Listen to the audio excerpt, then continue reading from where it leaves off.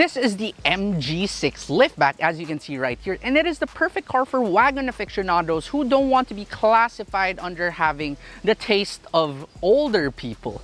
Look at this car from the side. It just looks absolutely beautiful. The setup of it, the angles of it, they all scream GT car. It just looks quite lovely. 18-inch rims wrapped in transit tires, and even here up front you have the Stardust grille, the London Eye headlamp assembly, LED headlights, LED DRLs. It still just is one of the most beautiful cars I've seen, especially in this black color.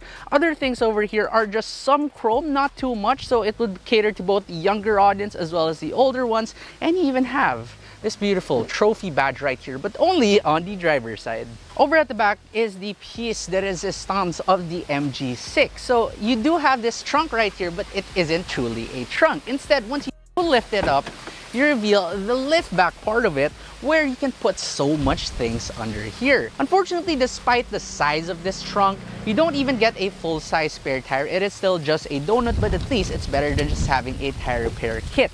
And the best thing about this is that you can also remove these parcel shelves right here, fold down those rear seats 60/40, and you have probably one of the biggest spaces you can get in any car in this class, probably bigger than even some wagons out there. A lot of sporty cars, well, they usually look sporty, but nothing is there to back it up under the hood. But with the MG6, you have a 1.5-liter inline-4 turbocharged gasoline engine, which gives you 166 horsepower and 250 Newton meters of torque. And to accentuate the sporty nature of this car, you even get a 7-speed dual-clutch transmission for those fast and crisp shifts.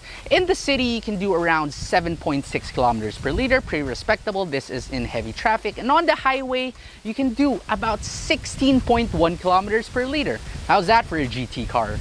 Back in high school, I was part of the very fortunate few who were given permission by Chinese Filipino parents to drive to school once in a while. My dad lent me his 2007 Audi TT 8J, and although that is a car that I did not own in any way, I considered and treated it as my first car.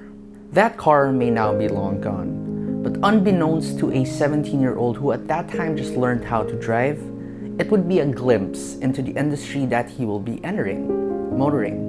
I drive a much simpler car now, a 2016 Toyota Fortuner. Now I realize that motoring is not just about the driving experience, but also about making sure every drive goes as planned with well-maintained cars. How about you? What's your best memories of driving? Comment down below and you might be part of the 10 lucky winners of exciting prizes from our friends over at Motul Asia Pacific. We got a couple of reusable face masks, some lanyards, 3 metal cups, stickers, and also 1 Nissan GTR Nismo Lego set. Be sure to include #MotelMemories for your entries to be accepted. So the exterior looks lovely. What about the interior? Let's check it out. First, let's check the door. And it sounds really, really good. Inside here, it looks equally as lovely, but I think they really have to improve a little bit when it comes to the materials, because there are a lot of hard-touch plastic, and even this door handle right here, it kind of creaks, but nonetheless, it looks, at least visually, it looks pretty lovely. Two-tone interior, very sporty, reminds you of more like a Lexus IS. Then you even have just a little bit of soft touch here by the center of the dashboard and some of that carbon fiber trim, well, faux carbon fiber. The steering wheel is leather wrapped, and you can tilt and telescope it for better driving position, but the leather on it is a little bit on the shiny side, so to some people that looks a little bit better, to some maybe not.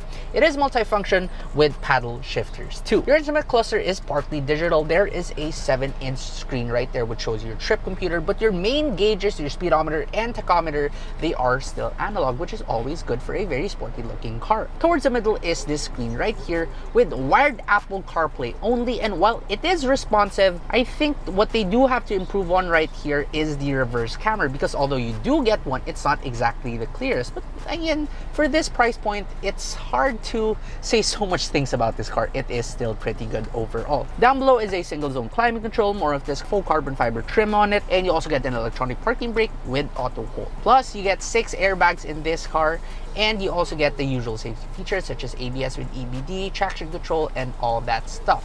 Now the seats in it, they're quite lovely too because the thigh support is great, the bolsterings are great, it's also power adjustable for the driver's side.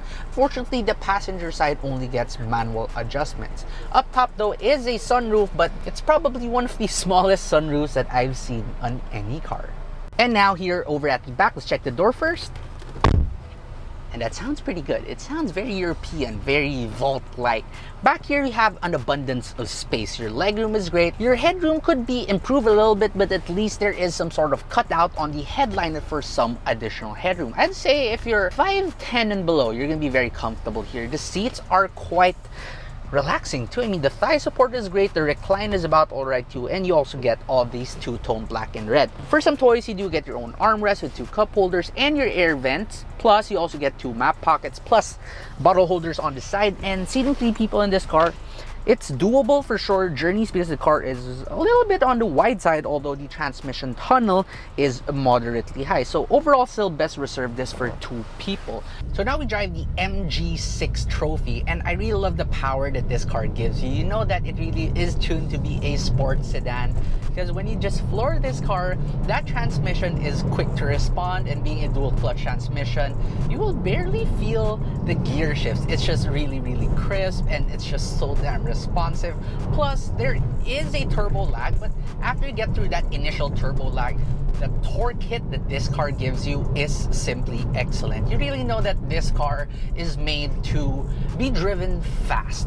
And even on corners, the way it handles is also pretty good insofar as front-wheel drive cars go. But the only limitation that this car has is the tires, because these Bridgestone Turanza tires, they seem to have some sort of a sidewall flex to it, which really destroys the handling a little bit. But if you do swap them out for other tires, I pretty much assume that you will get way better handling with this car. The steering system inside the MG6, it is rather direct, and it is a little bit weighted, too artificially weighted that is. The only problem with it is that I find that it's not too communicative, and this is a thing that is quite common with a lot of electric power assisted steering systems. Well, you don't really know where the front tires are pointing, but I mean, you just turn it to the general direction and the car will happily comply. In line with that sporty nature though, the MG6, it rides a little bit firm. It's not firm in a way that it hurts, not at all. It's still moderately comfortable, but you really do feel all the road undulations with this one. Every hop and bump, it will transmit inside the cabin and make itself known. What the MG6 doesn't like doing though is going in stop and go traffic, because while that transmission, that dual clutch transmission, is quite frankly excellent when you are going fast, it doesn't like creeping traffic, doesn't like stop and go traffic, because when I let go of the brake right now, it really does take a while before the clutch kind of just couples with the engine, so you have some sort of a delay. And the issue with it is that when you are in inclines, especially steeper inclines, the car tends to roll back a little. Entering S-Lex right now, and another highlight of the MG6 really does show, it is a great highway cruiser in a sense that it feels incredibly stable even on high speeds. Then, of course, that dual clutch transmission, since you are going a little bit faster, it's also once again very responsive. The only issue is that when you are going on the highway, yeah, we go back to those Turanza tires, they are pretty loud in here. So while you barely get any wind noise, in fact I don't hear anything at all, the road noise that enters to the cabin is just oh so pronounced. You really have to speak a little bit loudly in here just to be able to hear your passengers, even if they're just beside you. But again, that can easily be remedied, I hope, just by changing up those Turanza tires, and it's going to become an excellent long distance highway cruiser. So we've talked about noise, we've talked about harshness, what about vibrations? A lot of the cars in this class, well, they're usually 3-cylinder engines, but for the MG6, it is an inline 4. You would expect a little less vibrations, but unfortunately, there seems to be a little bit more than usual. I mean, when you are idling and you open up the doors, you're gonna see that the door is shaking. And even when you're on those stoplights, waiting for the light to turn green, you will really feel the car vibrating. But overall, despite the ups and downs of the MG6, once you hear about the price of this car, you're gonna find it incredibly hard to complain. And I will tell you the price right now. The MG6 Trophy is one affordable, beautiful, sleek, and sporty liftback that will cater to anyone looking for both a sporty car as well as a practical car.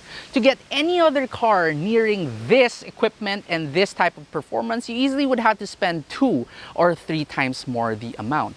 So at 1,188,888 pesos, I think that the MG6 Trophy may not be a perfect car and it may be slightly aging in some aspects, but it still makes for an amazing value proposition for anyone who needs both sportiness and practicality.